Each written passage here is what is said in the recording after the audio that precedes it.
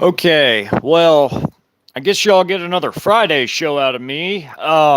Before I do my finale video, I'm just going to do an addendum to the last video because I had gotten cut off by a lack of battery power, and in fact, I'm going to have to plug this phone in because it looks to be getting low on battery already. But I really had to do this addendum video because I feel there were a lot of things that I could have gone into more detail about in the last video I did. So, in this addendum, I'm going to cover more about why the true threat is the CCP regime and basically China in a nutshell. It's not the people of China, it's the wicked, evil regime that rules over them that is the true threat to basically all of Western civilization and the Western world, and really, if you want to get technical, the greater world as a whole. Because the New World Order is a Chinese New World Order. The New World Order is not going to be a Western New World Order. There will be no West. The West is going to be annihilated, crushed, and brushed to the side. That's what's going to happen. That's what's in the Bible. And that's what's even corroborating in the physical reality before our very eyes. The West is being left depleted, hollowed out, gutted, ineffective, deindustrialized, and basically increasingly collapsing and rotting from within. And we see evidence of this all day, every day. It's always something. It's always something. Whenever you look at a news feed, it's always something. And of course, we never get the straight facts from the news feed, because you can't take anything at face value. But, there's elements of truth in everything. And if you do your own research and you do your own due diligence, you can find them. You can find all the truth. But you really, really have to dig for it.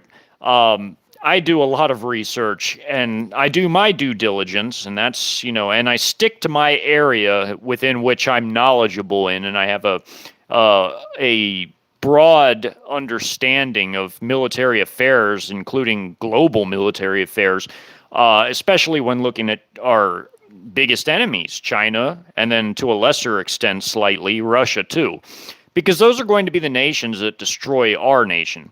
Either one of them could beat us alone, on their own. But, China is the world's superpower in real terms due to their size, their industry, their already enormous armed forces, their already enormous technological sector with many dual-use technologies for civil and military usage, not to mention just the sheer, their numbers of these technologically advanced weaponry in which they possess of these different weapons types.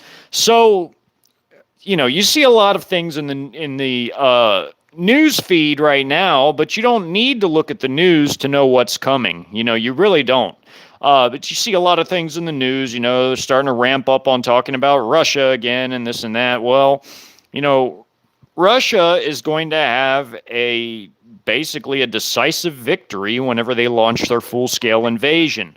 So basically, they've already set it up to where they've ground down the West and their capabilities in terms of their ground capabilities, which were already very limited to begin with. And it's going to translate to air capabilities the more and more aircraft they continue to send, because they have been sending aircraft this whole time, but it started off as older Soviet-era aircraft that were transferred from the easternmost NATO member states, and now they're sending Western aircraft to get swatted down as well.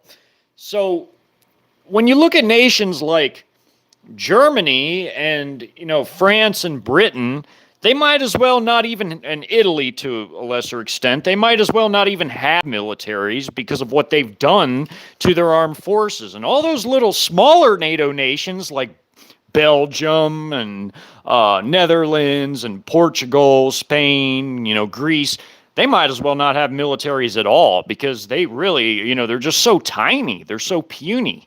They hardly even field, battalions worth of men.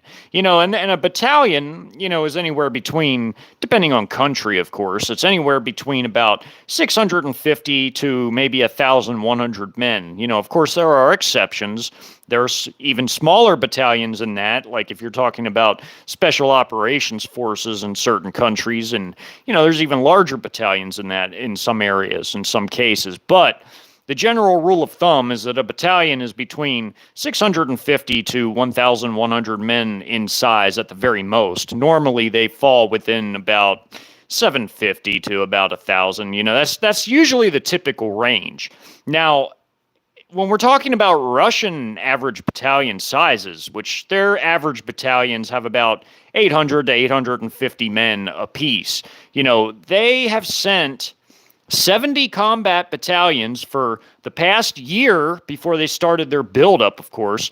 They sent these 70 combat battalions, which were outnumbered at first within the borders of the proxy country, the Western proxy that they invaded. They were outnumbered within the borders of that proxy country by a factor of 10 to 1, and they achieved a phenomenal feat by being outnumbered by so much and still gradually having had ground down the Western proxy forces and getting us all the while to continue sending all these arms, all this ammunition, all this fuel, all this money, all these resources into a black hole, which achieved nothing because, we're continuing to still have to send arms just to even try to keep them afloat. And it's not even doing a very good job. Whenever Russia pulls the trigger on this massive invasion force they've built up, it's going to spell the end for that country. They've already gotten it to where they're drafting children, child soldiers into their army. Okay? That's a war crime if you want to get technical. That's not even supposed to happen. A war is an adult that's an adult type of occurrence. It's not meant for the youth to partake in. It's just not. That's a war crime because you're taking youngsters who are still developing, they're in their developmental stages in life, and you're thrusting war upon them. You're foisting this experience upon them with which they're not mentally capable of adequately processing and understanding fully the ramifications of what it does to their development, and they're not ready to handle it once the conflict ends, and that's if they even survive it. And you have this proxy country now getting so desperate to where they're thrusting. They've already started with old men, their little geriatric brigades, their little home defense units of old men. Well, they've gotten to where they're recruiting, youngsters. It's like we're talking like 15, 16, and maybe probably even 14-year-olds in some cases, and that's a damn war crime. That is a war crime. So that is just one measure of the desperation. And I just found something interesting that the U.S. claims that it would have to build Ukraine new tanks because they said that their Abrams tanks that they have, are full of so much, alleged technology that Russia and China already possess and then some. So they made an excuse that they have to rebuild them tanks from scratch and that it would take them about 9 months just to build 14 tanks. 14! We have one tank factory, one, in Lima, Ohio. Russia has a handful. So does China. China has even more than Russia.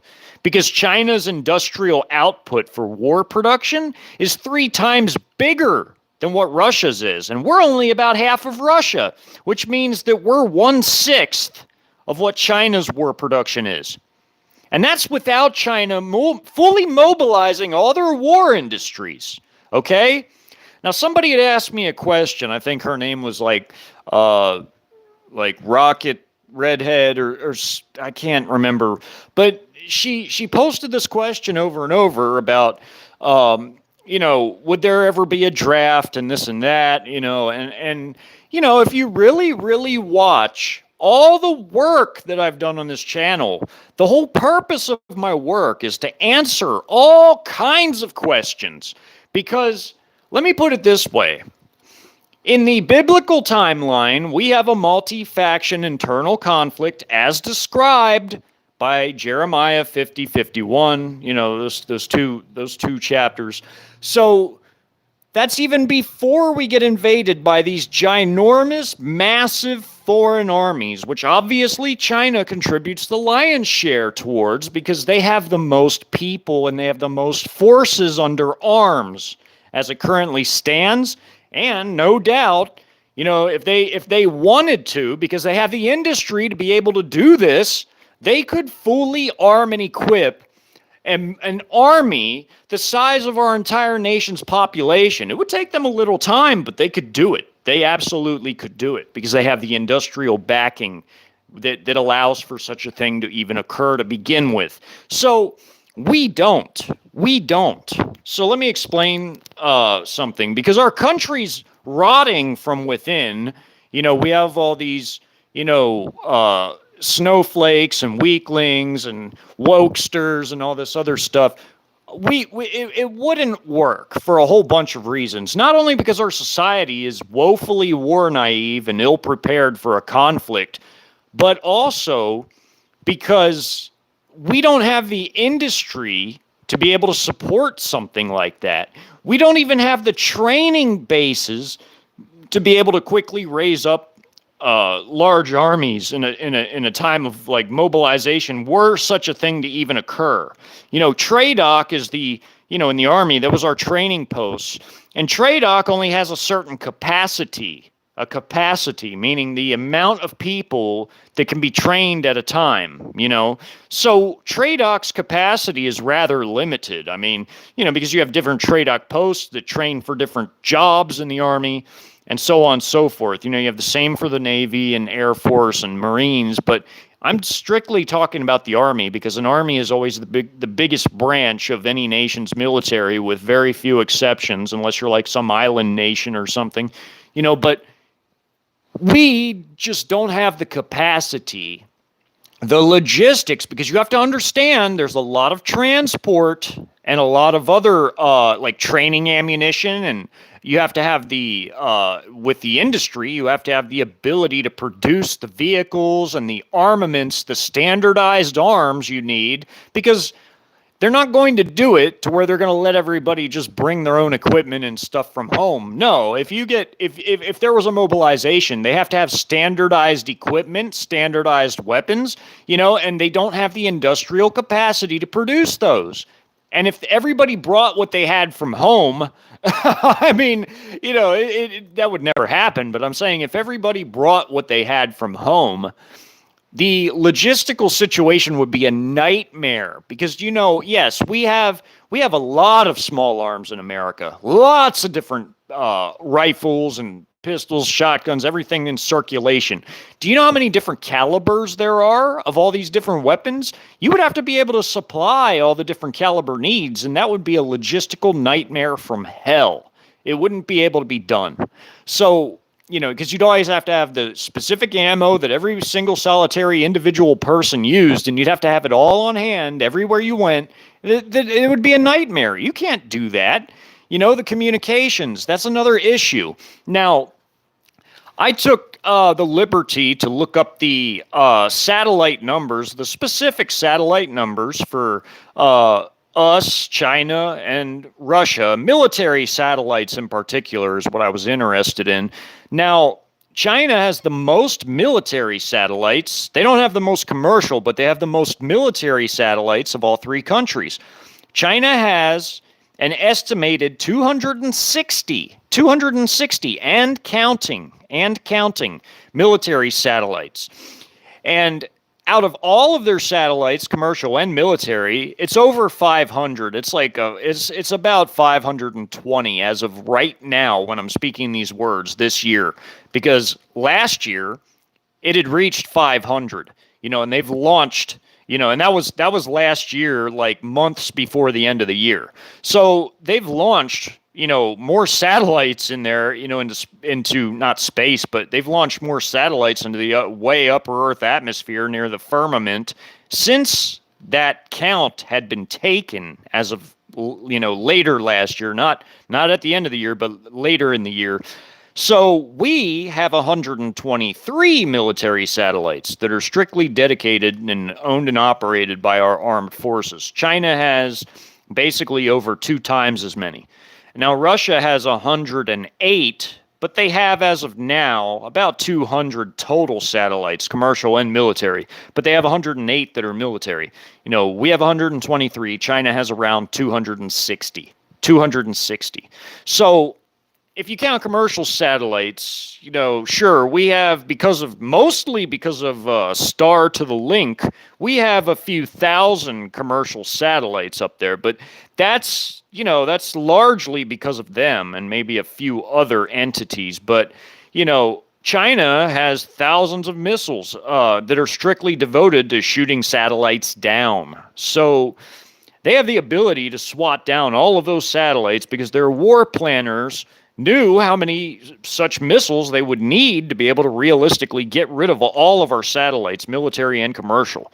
So when they invade, see, the point I'm making is when they invade us, they're going to swat all of those down, just like I've shown in all of my work since the beginning. Since I, typed out stories and did those map battles, I showed all of this. I mentioned all of it since the beginning of my hypothetical invasion works. So, they start by swatting down all our satellites, military and commercial, well within the first salvo of firing their anti-satellite missiles, their FK-2000s.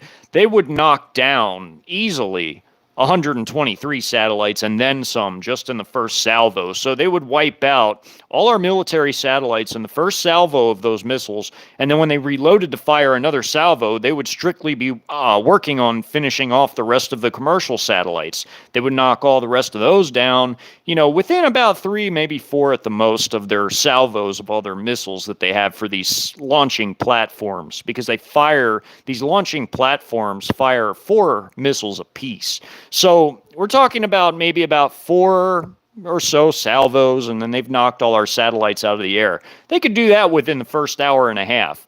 So we also get struck by in tandem with the anti-satellite weapons, and that's not even counting the anti-satellite weapons that Russia has, which are their S-500s.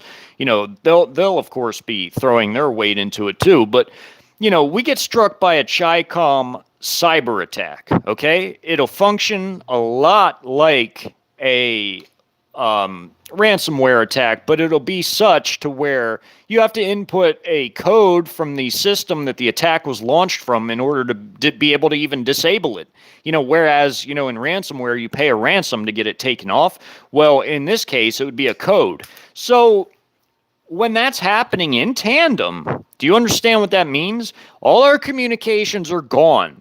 You cannot coordinate or even organize, not even just coordinate. You wouldn't even be able to organize at all any type of nationwide mobilization. That's not going to happen.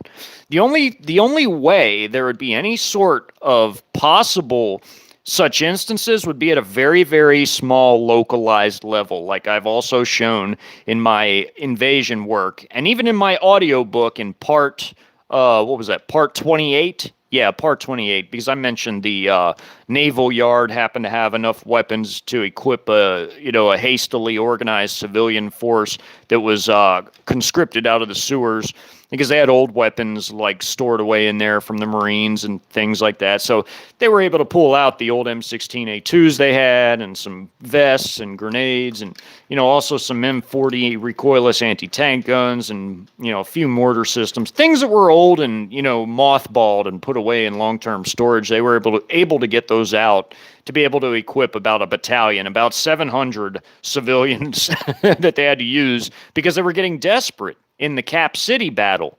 So you would have local initiatives maybe like that, but you wouldn't have anything that would be like nationwide because you wouldn't be able to. How could you coordinate, much less even organize something like that when your communications are gone? This is to answer the question that this woman left me that I mentioned a little earlier. You wouldn't be able to do it at the nationwide level. It would never happen. And even if you could, even if they mentioned that they wanted to initiate something like that before we even got invaded, you'd have the internal conflict basically nixing that. It would be nixed. It would be totally taken out of the picture by the internal conflict, because you'd have all these different factions rising up who would be who would be the ones mobilizing their own respective forces, which would take away, of course, from any sort of a national regime level effort. That's why they had to depend on woke militias to basically bolster their forces, because they had to depend on woke militias, because a lot of the active military and reserves and guardsmen split and broke off of them. So whatever they had remaining was basically a small portion of the armed forces. You had, about like 400,000 of them, and then you had 300,000 of these paramilitary, like alphabet agency type people that I amalgamated together and called the National Security Forces. That, by the way, will happen at some point in the future. You will see it. They will consolidate, and they will put all these agencies, they will merge them into a single agency. You will see that. Might have a different name, but that'll happen for a lot of logistical ease and simplification of how they handle their paperwork and bureaucratic processes and so on and so forth. You will see something like that happen at some point in the future. But all they had left was 300,000 of them, about 400,000 military, and then they had to depend on woke militias, just to even be able to get to 1 million people, 1 million. Because the rest of the forces were either overseas or they split and they joined these different factions. So you got to see that, in the internal conflict docuseries. Now, that's even before we got invaded. So you wouldn't be able to see any sort of national level mobilization. It would just be nixed. It would be gone. That's not going to happen like that. And in the best case scenario in the invasion work, you saw where it was only able to happen on a local basis because we didn't already have an internal conflict in that timeline, even though in the real timeline, we will have an internal conflict first, according to the word, and definitely by the way things are building up, so it seems. So now on to what occurred up in the Northeast recently, with the whole rail issue. Now, phosgene, not to mention dioxins and all these other nasty other chemicals, but phosgene in particular is one of the most old school of chemical weapons, and you hear about all these people talking about how they're projectile vomiting and their animals are projectile vomiting and dying and everything. Well, phosgene is a nasty chemical weapon from World War I. Now, in my internal conflict docu-series, you had a couple different factions getting their hands on the chemical weapons that were put into long-term storage, like all these VX nerve shells and sarin shells and things like that. Like you had the NSRF in particular, who was the biggest user of chemical weapons out of all the factions that had them. Now, can you imagine madmen, total lunatics in an internal conflict getting a hold of the country's chemical stockpiles? Can you even imagine that? It'll make what occurred up there look like nothing. It'll make that look like, small peas, by comparison to what nastier agents like VX and sarin can achieve. I even showed that in my docuseries, my civil conflict docuseries, when the NSRF began to use them in massive clusters, like in the Battle of Chicago. They gassed to death about 300,000 civilians just in southern Chicago in that battle. Just to go after, a few thousand combatants. They ended up killing a lot more civilians than even the combatants that were down there that were left after the conventional fighting was over with. They decided to shift it to chemicals, to chemical weaponry, so that they could basically finish off whatever remained of the defenders, but they ended up killing a lot more innocent people than they did defenders, because that stuff being in such a concentrated form used by artillery on the southern part of Chicago ended up, basically wiping out most of the population in that part of the city. So that's just one example. I had a few different examples of chemical weapons use in that documentary, that 5-video documentary in the Second American Syrian-style civil conflict docuseries. Now, it goes over the casualties and how nasty those weapons are, and I'm not joking about that. Those are very dangerous weapons. When I was in field artillery, in our manuals, they even had a manual about the process for firing chemical munitions, VX shells in particular. Of course, we never got to handle those. I mean, I've seen a training round, a VX training round, a 155 shell that was a training round that looks almost identical to the real one. But, of course, because of chemical weapons conventions and everything, all that stuff has been put up into long-term storage. So, of course, while we had the old manuals for it from the Cold War, of course, we never had to, really learn or, deal with it in any sort of way. But the manuals were still floating around. And chemical weapons are horribly nasty. Like, they're one of the worst WMDs because of the type of pain you go through as you're being snuffed out by those types of weapons. I mean, whereas like nukes, unless you're like on the radius, like the outermost, limits of the blast, you're going to be incinerated in like a split second. You're not even going to know it. But as for like chemical weapons, oh, it's a nasty, nasty death. It's a horrible way to go. And that's very serious. I talk about all kinds of serious things on this channel. Very dire, very critical, very important things to understand. I answer so many questions. If people would just pay attention and watch the work, they'll find that it'll answer basically every question they could even think of. I mean, just watch the work. Just take time. Just get away from the news cycle. Go and sit and watch the work that I made. And I mean, because the work I made is timeless. It's way more important than some damn news cycle. This is stuff that'll get you ready for what is, without a doubt, 100% factually coming in our future. Which brings me back to the original point. This is an addendum to the last video about China, and that they're the biggest threat we face. It is not anything else. It's not these pissant Western elites. They might be a thorn in our side for now, but they're not going to have their NWO. They are not going to have their reset. Why? Because America and the West gets destroyed, and they along with it. They do along with it. They're going to be caught between a rock and a hard place. You know why? Because God already isn't going to accept them, and Satan kicks them to the curb. So they're unwanted they're basically unwanted.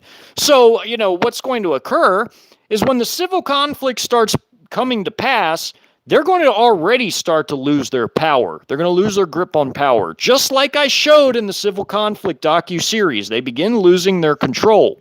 But they fully lose control once the West is conquered by China and China's allies, like Russia being the second biggest of all the allies and the rest.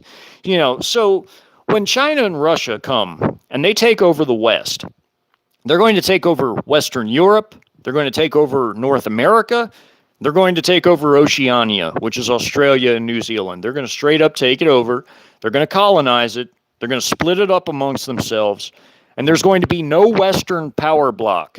These Western elites, that means, will have no way at all to enforce their will, or they'll have no ability to project their power onto anybody else, because once their power block is gone, they're not going to have any muscle. There goes their militaries, their security forces. They're not going to have any money, because that's all going to be taken from them by China. They're not going to have anything. They're going to be out. They're going to be shit out of luck. They ain't going to have nothing.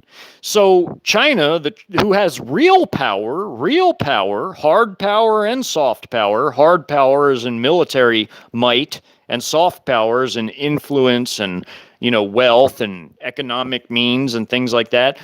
China has both. China has both. So China has real hard power. Their hard power is about as strong as it gets. They have the biggest forces under arms. They have the biggest muscle, that means, the biggest ability with their AI and other technology, with the corresponding military might to be able to enforce their will everywhere on everybody. Damn near everybody.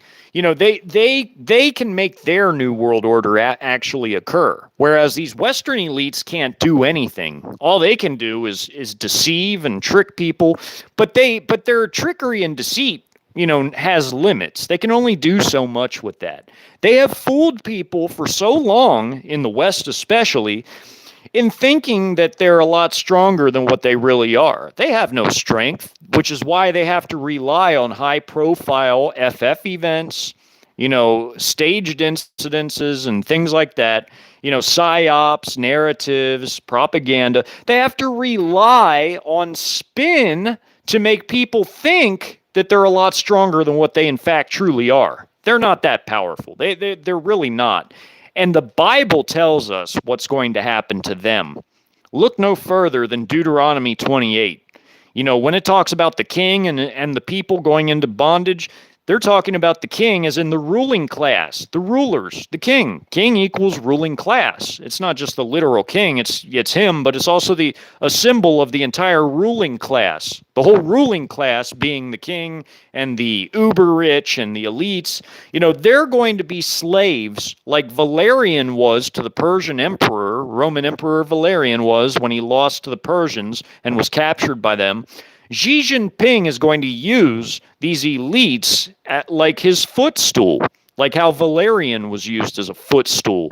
When the emperor sat on his throne, he kicked up his feet on Valerian's back, or he stepped on his back to mount his horse. That's what's coming. They're going to these uber rich are going to be pulled out of their DUMBs by the Chinese troops, just like how Saddam was pulled out of his bunker. You have to really use your mind, use clear, rational, logical thinking. These Western elites are not powerful because they have no means by which to enforce their power. So that means when there's a civil conflict, their grip on power is already going to begin to wane substantially, just like I showed in the docu-series I made on that. But then, following that, an even bigger event comes, by far an even bigger event. And that bigger event is the foreign invasion. When the Sino-Russian coalition, which is China predominantly, but Russia too, and all the smaller allies, come in and take this place over and turn it into New China, and in the north into Novaya Russia, New Russia, because they have designs on the Arctic regions. When that happens, it'll be just like in my stories, my typed out, my audiobook story too, and in the map battles where I make the maps and I show how these activities occur on the battle maps by where all the units originate on CCP-owned properties, because China is the biggest landowner in our entire country, in the whole country. And according to their civil-military fusion policy, all those properties are military installations, because anything with a civilian use can and will be converted to military use, which includes properties. Those are bases, everybody. Those are bases. Get it through your head. Those are the bases from which their Trojan shock forces that have been here for perhaps 2 decades or longer, since they've owned our ports and brought all this stuff in, their units, their full complement of equipment and logistics to stock up, doing basically about 20 Desert Shields. Desert Shield was the buildup for Desert Storm. They had to take a long time to do that buildup here, because this is a vastly larger nation than Iraq. So they had to do that for their Trojans and also for their external forces that ring this country in Canada, where there's confirmed, well-known Chi-Com bases. It's been captured on film. There's eyewitnesses. And it's also in Mexico, where there's other eyewitnesses and there's confirmation from satellite photos and things like that. I've seen it. Look, and roads, I almost forgot to add that. Roads that were built by Chi-Com paramilitary or, in some cases, military engineers, for the future invasion, for logistical routes to bring units forward and their equipment, and their food, fuel, ammunition, and such forward to their jumping off points. So all of this stuff that I've shown is 100% real. It is 100% real, irrefutable facts in all my work, and if there's ever anything I'm not sure of, I tell people I'm not sure of it, I have no qualms about doing that. But when it comes to this area, this is my area of expertise. Okay, I do my due diligence, I do my research, and there's so much that I've looked at that it's overwhelming. So I have to write all this stuff down, and I keep it in piles of all these scrap papers I wrote all these different things down on. I write things down as soon as I see them because I don't want to forget. And then I go through all the different numbers of the equipment numbers when it comes to the production of the equipment, how much equipment's been put into short-term storage, like unit-level storage for like reserves or paramilitary, how much has been put into long-term storage, how much has been sold if applicable, how much has been lost in combat if applicable, like in this current, Eastern European proxy war. You could say that for both in the case of Ukraine and in a lesser extent to Russia, because, vehicles do get lost in combat too. And even those combat losses aren't always total losses because some vehicles can be repaired and put right back into service. So numbers are always changing. But every time numbers change and I notice it, I always give people an update as soon as I notice it. And that's one thing people can say about this channel. I always keep people well updated. Some things even get sold to other countries. I mean, there's so many different things that causes fluctuation in the numbers besides more items being continually produced also, which adds to numbers, as opposed to like taking away or, what have you.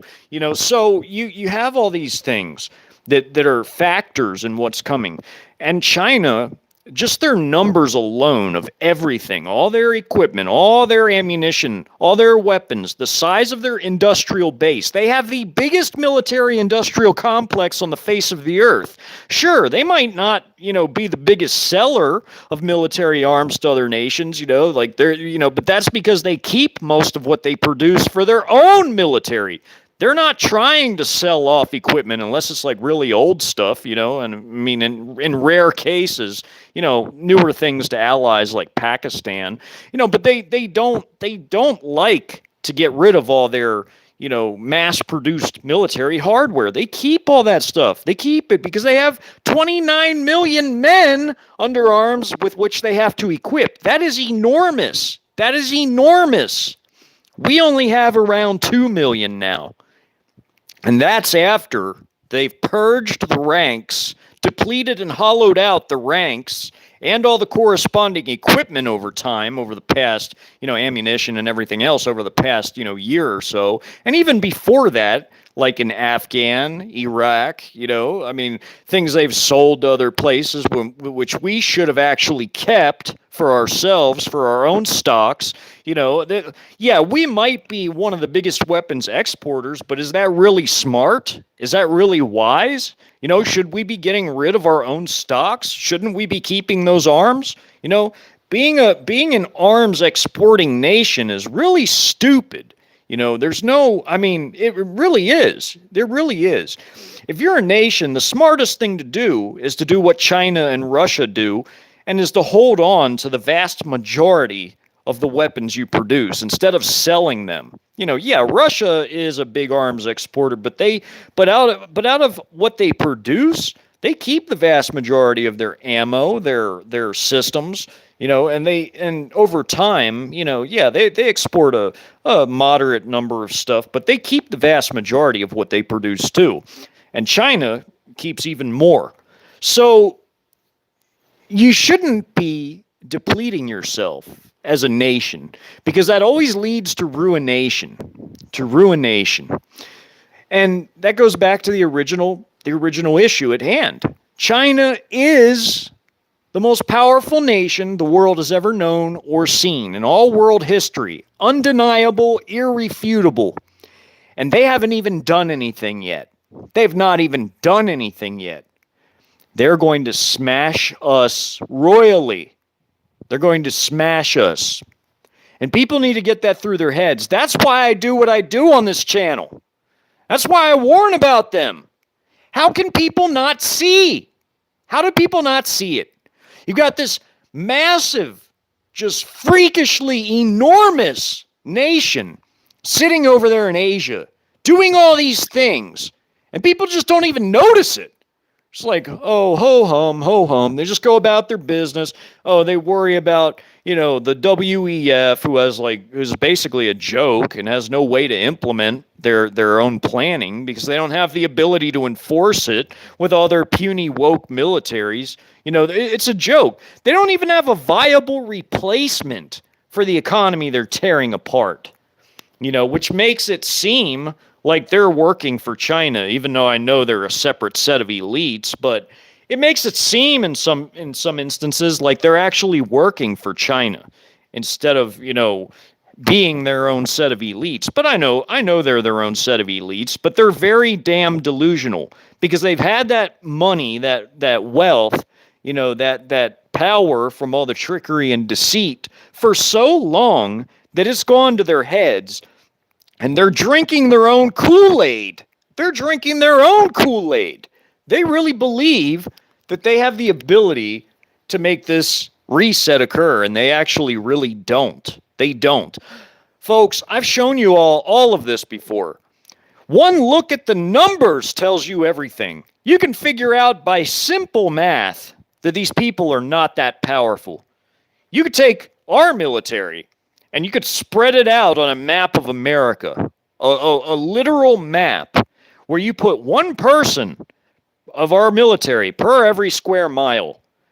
They wouldn't even quite cover up 2/3 of the map. It would be probably closer to about a half.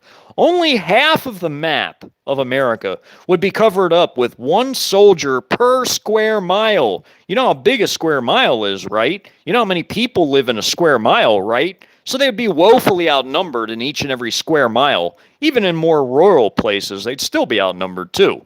So, if you take those numbers alone and you take the rate that we've been depleted of our arms and ammunition, well, you don't need to be afraid of our armed forces. They're not really that dangerous. They're not.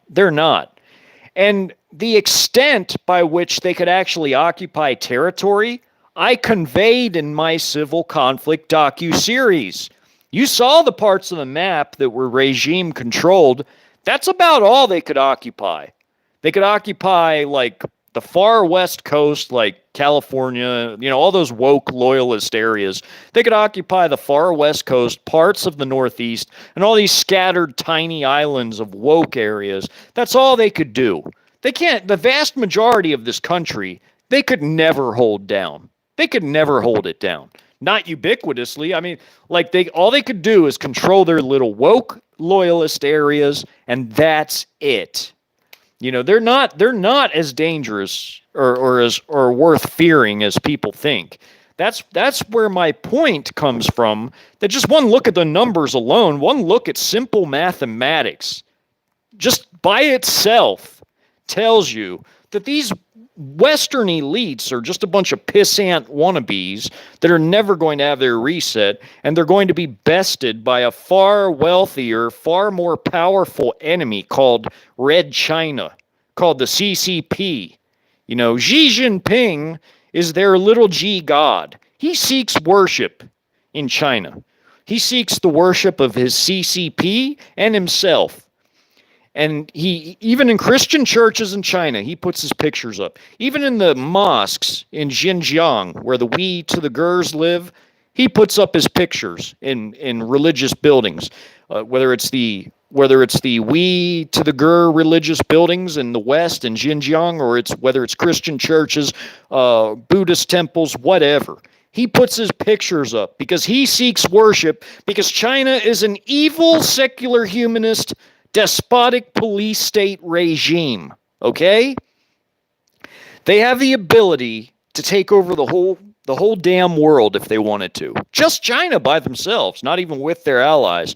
They have the demographics. They have the population from which those military age demographics come out of. They have the industry, 40% of the whole world's industry out of just China. Yeah, hell yeah. They got that paired with the demographics. They've got what it takes to enforce their will, the will of the regime of the CCP, onto everybody if they so chose. If they so chose, they could do it. They could make it happen. They have the technology too. That whole nation is monitored by AI, which means that their security forces have a very easy job. Whether it's their MSS, which is like their intel and secret police agency rolled into one, whether it's their PAP, which is a brutally fanatical paramilitary Praetorian Guard like the Waffen-SS in fascist Germany were, or whether it's whatever. They have all these different, paramilitary entities that go along with their active military and their reserve military. They have 29 million men under arms. China is freakishly massive. What don't people understand? Well, like I said in the last video that this is an addendum to, where is the disconnect? Where is the disconnect? How are people not seeing these things? How do they not understand it? What is it they're missing? This channel has everything that's a virtual library highlighting all these things I'm talking about. Mostly in the playlist. You can find all the work, a vast majority of the work on this channel is in the playlists, whether it's the miscellaneous shows or at the Friday shows, whether it's my 5 live stream long Second American Syrian style conflict docuseries about the civil conflict that's coming, multi-faction Syrian style, whether it's the audio book, which is the most by far labor-intensive thing I've done on this channel because it took me months to complete it. It's very long, very in-depth, very detailed from the street-level, character-level point of view. Shows you everything that would happen in order, everything. It shows you how these things work from a mechanical level, where it shows you every last single solitary detail at the mechanical level. I break it down as simple as it goes, all the way down to the street level view, the character level view. It's simple. It's all mechanics, basic mechanics. I show how all of this stuff works, all of it. Whether it's the 96-hour invasion docuseries, which was a map battle, shows all these different battle maps, how the units all originate on CCP properties, and how they go for the jugular because they all originate very near their objectives. Whether it's the continuation to that, which is the Pacific Northwest new docuseries, whether it's, the community tab story review, which is for the typed out stories that I typed out in the community tab, which actually shows people survival techniques and information and tactical information, field sanitation, practical things that you need to understand and you need to learn. And nomadism, semi-nomadism teaches about the importance of logistics, because you can't do anything without any logistical supplies, to be able to keep yourself going. I go into all of that, all of it, vital information that people need to understand in that community tab story review. But these are not making it out to people. And I wonder why. I wonder why these aren't making it out to people. Could it be because the CCP also has corporate board members on every single multinational corporation in this land? Because they make the rules, because they get to influence directly the policies of American multinationals, because they've infiltrated and subverted all these organizations. They've even infiltrated and subverted our own institutions and help to weaponize them against us, whether knowing or unknowing, as far as the Americans that are being duped by all these things, whether they realize it or not, they're being manipulated by the CCP. It's not just self-sabotage, it's also foreign manipulation every bit as much. America's destroying itself, but it's also being manipulated by foreign institutions to do the same thing. So it's like we're being pushed along down a pit to our ultimate demise before we even get slam dunked in this massive foreign invasion that's coming. It'll make Operation Barbarossa, which was the German invasion of the Soviet Union in World War II, it'll make Barbarossa look like, like a picnic. This is going to be 3 to 4 times bigger than Operation Barbarossa in terms of the personnel involved, the equipment involved, everything. This is a large nation with a pretty big population, being at the 3rd biggest in the world. Yeah, they're going to use a lot of resources to be able to smash this place, and they're going to do it. They're going to do it. They're going to achieve it.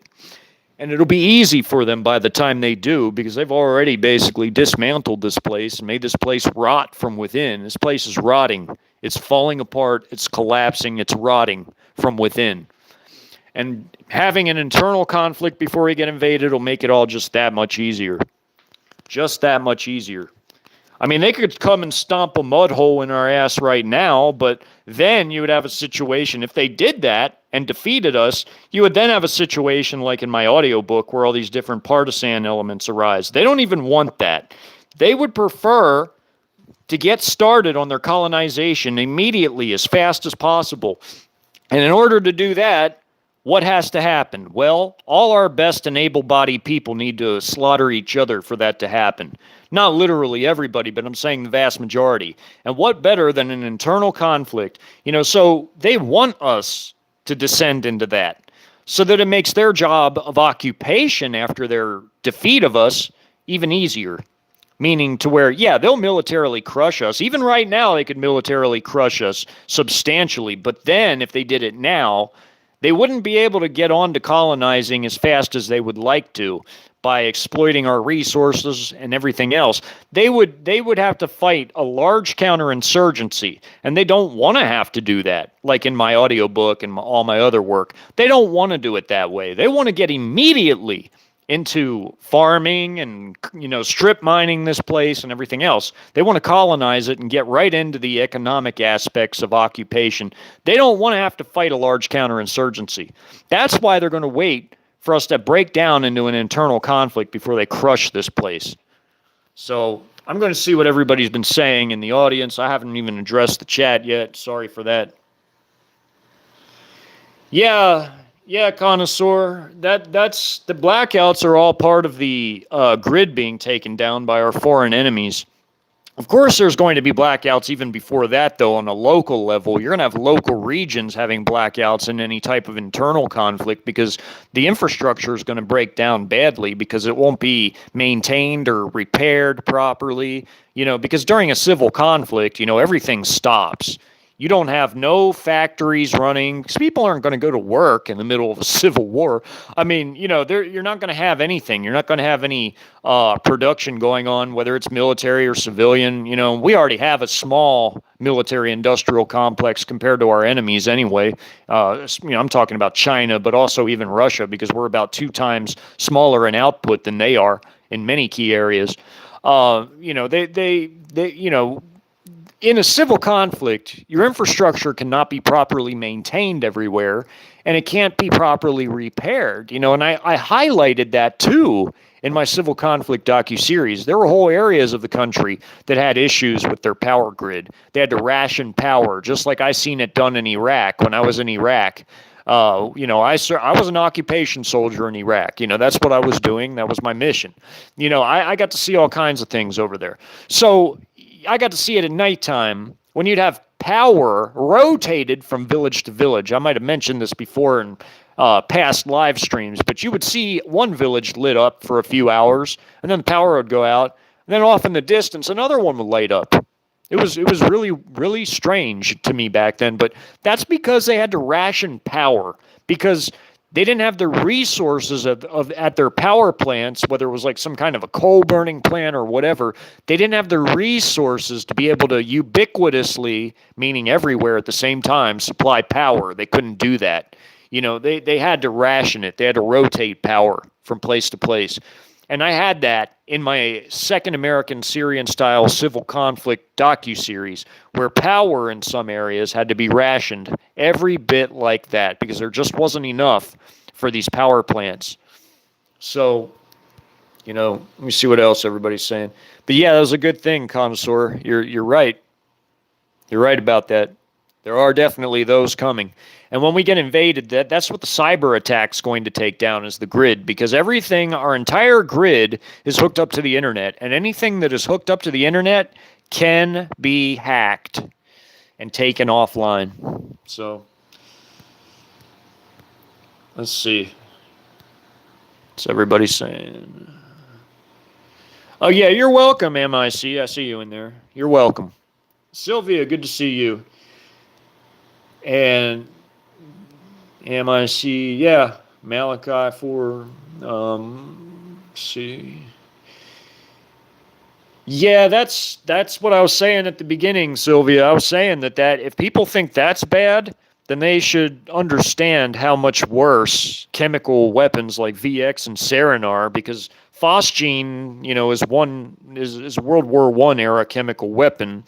And that's just one of many different chemicals that came out of that whole thing that happened up there just recently. So if they think that's bad, wait till they see what VX and sarin will do once it gets into the hands of madmen during a second American civil conflict, just like I depicted it in my work. So let's see here.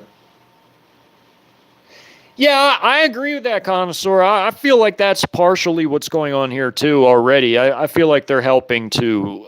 It's not like I was saying. It's as much self-sabotage as it is foreign sabotage. You've got these Western elites that are doing self-sabotage, ripping their own power base apart, in pursuit of their delusional and, out of reach Great Reset that they'll never have, because China is going to be the new world order, not them. It's going to be their NWO because they actually have the power to enforce it. And I'm talking about China does. These Western elites are just a bunch of, they're like a thorn in the side for now, but they're just a bunch of punks. China's going to brush them aside without any problems. But yeah, there's already foreign groups that are either Chinese, Russian, or Iranian or whatever. They're here. They're doing their dastardly deeds in this land. I have no doubt about that. It's like the USS Boneham, that ship, that metal ship that somehow burned like it did. That was military sabotage from a foreign power. That otherwise that whole thing makes no sense. That whole situation makes no sense. A metal ship like that doesn't just burn up the way it did. So, let's see. Who else is in here? I don't know. Oh, hey, Beaver Valley Updates. What's up, man? And Austin Holmes, good to see you. And who else? Priscilla. Hey, Priscilla. And Efi and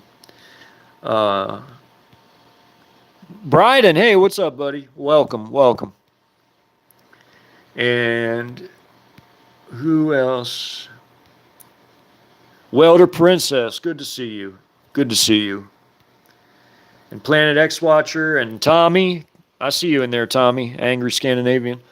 Well, welcome everybody. I appreciate y'all coming. I went for a good hour. This was a good video, a good addendum video.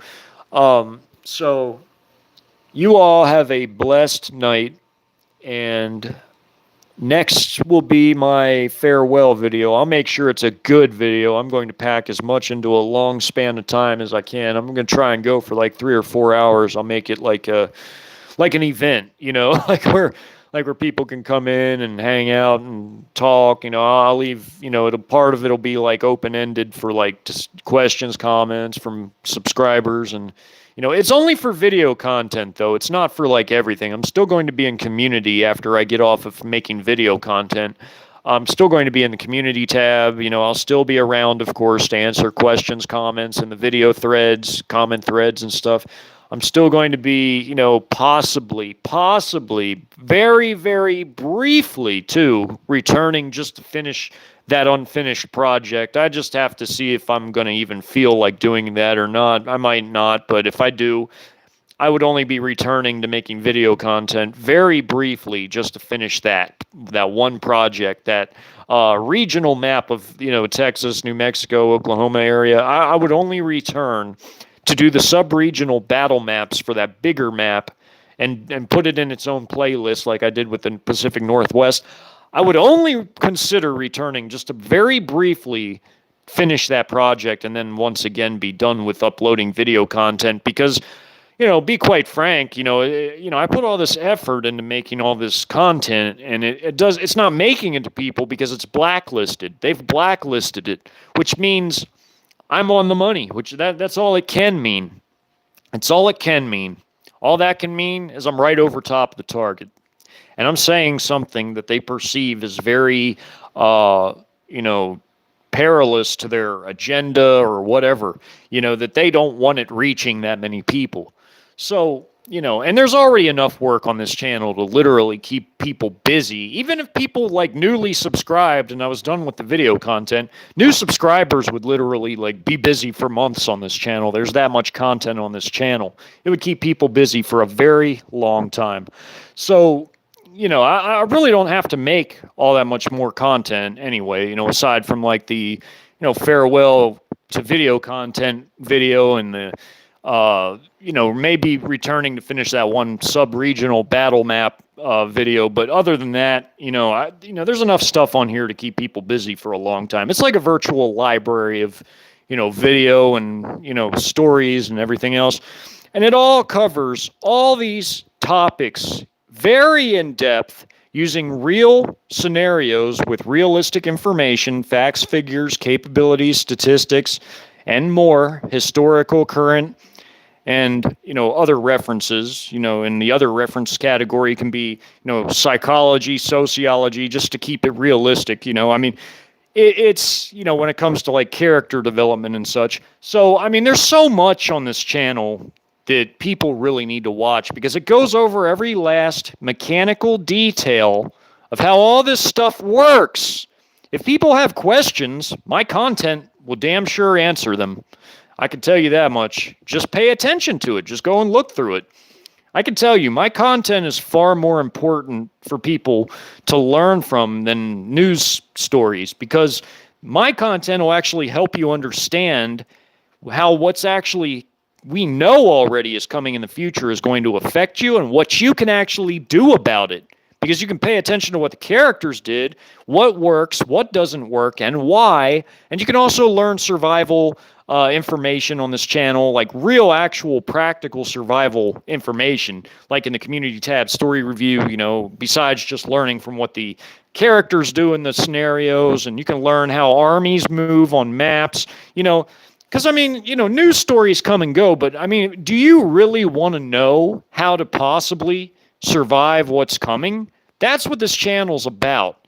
I'm not guaranteeing that each and every person that pays attention to this type of stuff is going to survive. I'm simply saying that this is going to give you a real leg up when compared to other people who don't know anything about any of this stuff, that are just going to run out there and get butchered in massive numbers. You at least will have the mental, understanding to at least be able to make proper and adequate emergency planning to at least be able to try to navigate this stuff. Even if you're a layman, if you're a layman in terms of military understanding, you can learn how these things work by just paying attention to all the stuff on this channel. Pay attention to how it all works, all these docuseries, these hypotheticals. Pay attention to it, and it'll give you a level of understanding that most other laymen are not going to have because they didn't pay attention to this type of stuff. They don't know anything about any of it. They think they might know a thing or two, but they really don't. They really don't. Pay attention to stuff like this, not just on my channel, but other channels that teach the same type of stuff, like the survival skills, Pay attention to all that type of stuff. If somebody's trying to show you how these things work, then pay attention to it.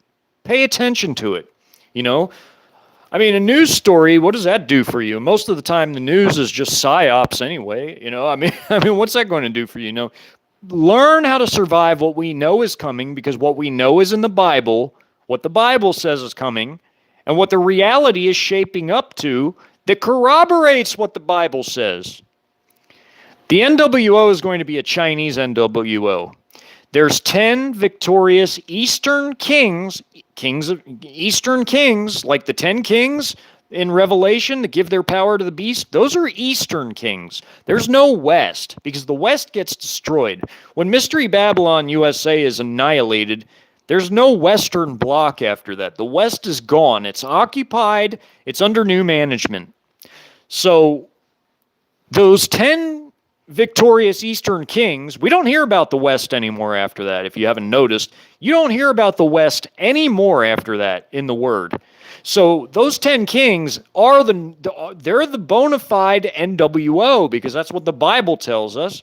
And those kings are obviously victorious kings of Eastern nations that triumph over Mystery Babylon and its allies. There is no West. There's only the East. And I guess if you want to break the East down, you've got the king of the East, which is China, the king of the North, which is Russia, and then the king of the South, which is these Islamic countries that probably all come into some sort of a caliphate together, like a confederation of, that forms some sort of a caliphate. But the king of the North, to a lesser, to a more broad extent, I should say, is like Russia combined with like their CSTO allies, like, former Soviet republics like Belarus, Kazakhstan, all that. The king of the East is China with their Eastern Asian allies. Like it'd be China as the leader, like how Russia is the leader of the northern countries. China would be the leader of the eastern countries like North Korea, Pakistan, and because Pakistan's always been a close ally of China too, and then you have the king of the South, which would be like Iran. You'd have Iran leading like some sort of a confederation of, Islamic countries down there. That would be the king of the South. It'd probably include North Africa and, most of the Middle East. So that is your rulers. After the West are defeated, they're the ones that have a new world order, not these Western elites. The little sniveling punk-ass, uber-rich Western elites are gone. There'll be an Lao guy in China somewhere mining rocks or building them, new buildings, or, sewing tennis shoes. I don't know what they'll have him doing, but they'll be in the Lao guy. They'll be Xi Jinping's footstool. And after that, the NWO is a Sino-Russian New World Order, combined with the other 8 of the 10 kings. China is obviously the most powerful of the 10 kings, but you'd also have Russia. China and Russia together would be like the predominant 2 of the 10 kings. Russia for all its resources and being the second biggest overall military power, and you have China as the number 1 because of their industry, their armed forces, their gold holdings, their massive, gargantuan economy, because they have the biggest real economy on the face of the earth. Our economy is made of usury, debt, funny money, and it's already shrunk by half. All you need to do to know that is go look at actual sources that'll tell you that. I've told people that for a long time, and got confirmation on AEI.org and other sites. And I can't remember the other ones off the top of my head. I wrote them down somewhere, but they're in my pile of notes. But AEI.org confirmed it, and, there's other sites too. If you want honesty, go look for the actual numbers themselves that tell you everything. It's shrunk by 12 trillion. That's half our economy. What it had been before 2020. So China has the biggest real economy, and guess what? Their economy's growing. They're not collapsing. They're not going down like some people have lied and said. No, they're growing. They are growing. They're experiencing massive growth right now, and even Russia is too. Russia's experiencing growth. They didn't lose anything after the sanctions. Sure, they might have had a hard time for like a month or so, but then their economy, once they consolidated after all that, chaos, the short chaos, they began growing, and their value of the ruble grew in strength stronger than it had ever been. And China's economy is growing even bigger than it already was, and it was already the biggest real economy on the face of the earth. Now it's just continually growing. They have the most gold holdings on the face of the earth. They have Belt and Road. They're rolling in money. They're about to make their Petro Yuan Renminbi because they've got OPEC on their side and Russia, who are the biggest oil producing nations. They're all going to sell oil for Yuan Renminbi. They're going to reap all the same benefits from that we did from the petrodollar. China is massive. Massive. And their technology, there's no competition in that area either. We're going down. We're the only one that's going down. The West is going down. Europe and the United States are going down. And when I say Europe, I mean Western Europe, NATO. The West and United States are going down. You know, I live here, so I sure don't like that our land is going down and it's going to affect our living standards, but it's part of judgment. And being the unbiased researcher that I am, I have to accept it. Good, bad, indifferent. You know, just because I live here doesn't mean I have to cheer on the actions of our corrupt regime that's over top of us and all the stupid things and entanglements they get us into that are going to end up destroying us by the time it's all over with. I don't have to cheer that on. It's stupid. We should pull out of involving ourselves around the world and focus on building ourselves up so we can actually maybe become a moderately, sized power again. I mean, you don't do that by entangling yourselves like everywhere in the world, and destroying yourself, ripping yourself apart with experiments, social experiments, and letting all your industry flee your country. You don't build yourself up that way. That's what we've done. You build yourself up by minding your own business, getting your financial affairs in order, because our finances are way out there. We're the most indebted nation on the face of the earth. It's going to collapse. It's going to collapse. No, we need austerity. We got to tighten the proverbial belt. We need to get our finances in order. We need to rebuild our industries. And we need to, get our military affairs in order, because our military is basically shit now. It's shit. It's nothing like when I was in it. It's nothing like it used to be. It's a total joke now. So I'm going to leave it at that. I'm going to say my farewells to everybody. Yeah, our military used to be so much better than what it is now. It used to be so much more professional.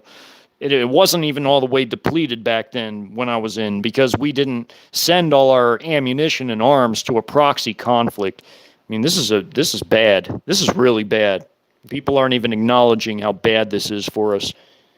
You know what a real patriot does? I'm not saying the word patriot like, I'm allied to any specific regime or land. Don't get it twisted. I'm not allied to any regime or any land, but I'm telling you, by definition, by dictionary definition, let me put it that way, by dictionary definition, you know what a real patriot is? It's somebody that doesn't let bias blind them, and it would be somebody that can acknowledge the failures of their own land in which they live and make the appropriate adjustments and corrections. Patriotism isn't cheering for your regime, even when they're in the wrong. You don't cheer for a evil, corrupt, crooked, regime that's doing all these things to destroy the land in which you live. That's not patriotism, but that's how the regime makes it sound. Like, if you don't support them and all the wrong things they're doing and their corruption, then you're not a patriot. These are all semantics and these are all dictionary definitions, but I'm simply using that because there's a lot of people who still use that word, and I'm simply trying to reach them by saying, look, when your country is doing wrong, you shouldn't support the wrong because it's wrong. You don't support wrong because it's wrong. You support things that are right. You support the truth. Because Yeshua Messiah is the ultimate truth, and ain't no person that can fix what's going on to this land. Only Yeshua Messiah can fix this land, but he's not going to. Do you know why? Because this land has chosen to turn its back on him, and we're under judgment for it. You cannot pray your way out of this. You cannot pray judgment away. You can't. Because it would literally take everybody doing it. And everybody in this land has turned, not every single solitary person, but the vast majority, I'll say, has turned away from him. They're not willing. All these wokesters and people like that, they're not willing to come back to Yeshua. They're not. In Nineveh, every single person repented at the same time. You would never have that happen in America. And let me put it this way, too. If God didn't destroy America, he'd have to apologize to Sodom and Gomorrah. Good night, everybody. Thank you all for coming. And I guess I'll see you all in my finale.